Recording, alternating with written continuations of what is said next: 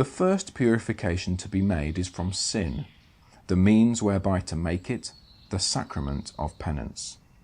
Seek the best confessor within your reach. Use one of the many little books written in order to help the examination of conscience.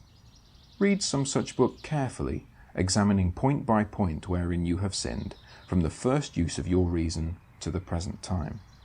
And if you mistrust your memory, write down the result of your examination.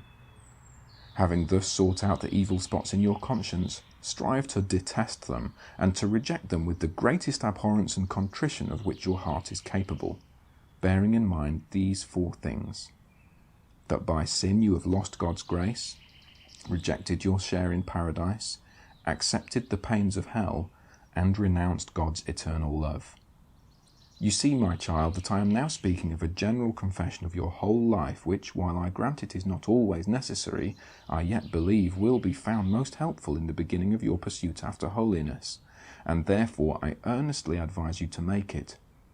Not unfrequently the ordinary confessions of persons leading an everyday life are full of great faults, and that because they make little or no preparation, and have not the needful contrition.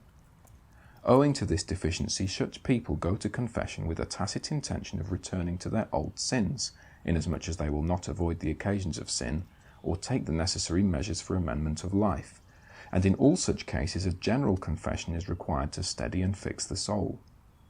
But furthermore, a general confession forces us to a clearer self-knowledge, kindles a wholesome shame for our past life, and rouses gratitude for God's mercy, which has so long waited patiently for us.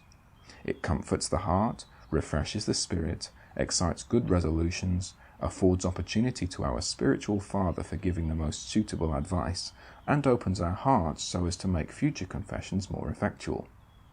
Therefore, I cannot enter into the subject of a general change of life and entire turning to God by means of a devout life without urging upon you to begin with a general confession.